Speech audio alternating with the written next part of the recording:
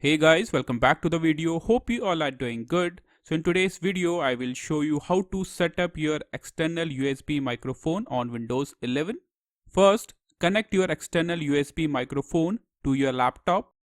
After that, right click on this speaker icon, then click on this option sound settings.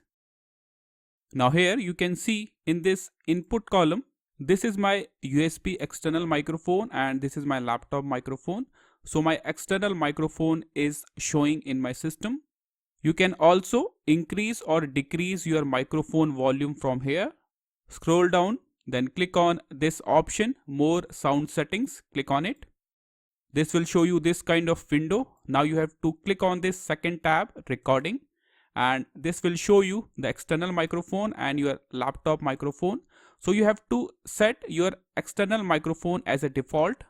I will show you how to do this. Just right click on the microphone and here you will see this option, set as a default device. So you have to set your external microphone as a default device. Now right click on it, then click on properties. You can also rename your external microphone, okay, from here. Then click on this levels tab. From here you can also increase or decrease your microphone volume. If your external USB microphone is not working or you are getting any kind of issue, I will put a video link in description box. This is all for the video. Thank you.